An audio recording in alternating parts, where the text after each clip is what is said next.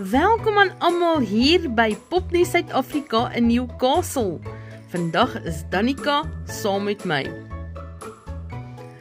Hi almal, dit was 'n baie bedrywige maand gewees.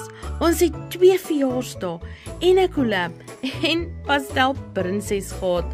O, en natuurlik die tema. Simone. Baie dankie aan almal vir my wonderlike verjaarsdag. Bytjie tema. So, gemaak was al die maskers en natuurlik my skirt en Genevieve se uitrusting. Danica.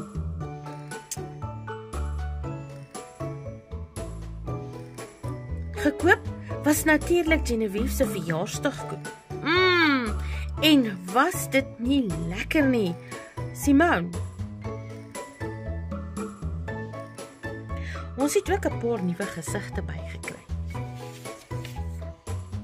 Tema vir April, die 7de, is enige iets, of jy kan die kurkprop vir iets gebruik.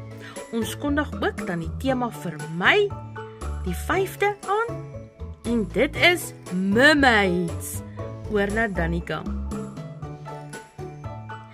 Daar is natuurlik ook van die ander popkanale wat ook oulike temas het.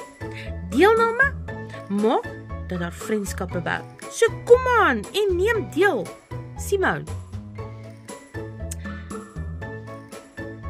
Kry julle penne en skribbel. Die 3de is Rainbow High met pastelkleure. Die 7de ons tema. Die 13de Be Creative Pale Yellow. Die 18de is gewoonlik Hi Bobby.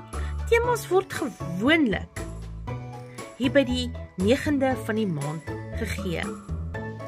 Die 21ste is Show Us Your Elves. Wag nog vir die tema.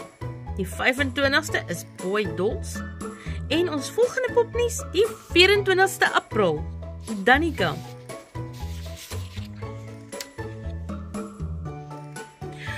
Sjoe, daar het julle dit 'n mond vol. Gaan besoek ook die ander kanale wat ook popnuus aanbied, soos LA One of a Kind en Outdoor News. As daar nog ouens is met nuus, los 'n boodskap in die comments box. Simone. Wel, dit is al vir hierdie maand. Ons sien julle op 'n volgende keer. Bye!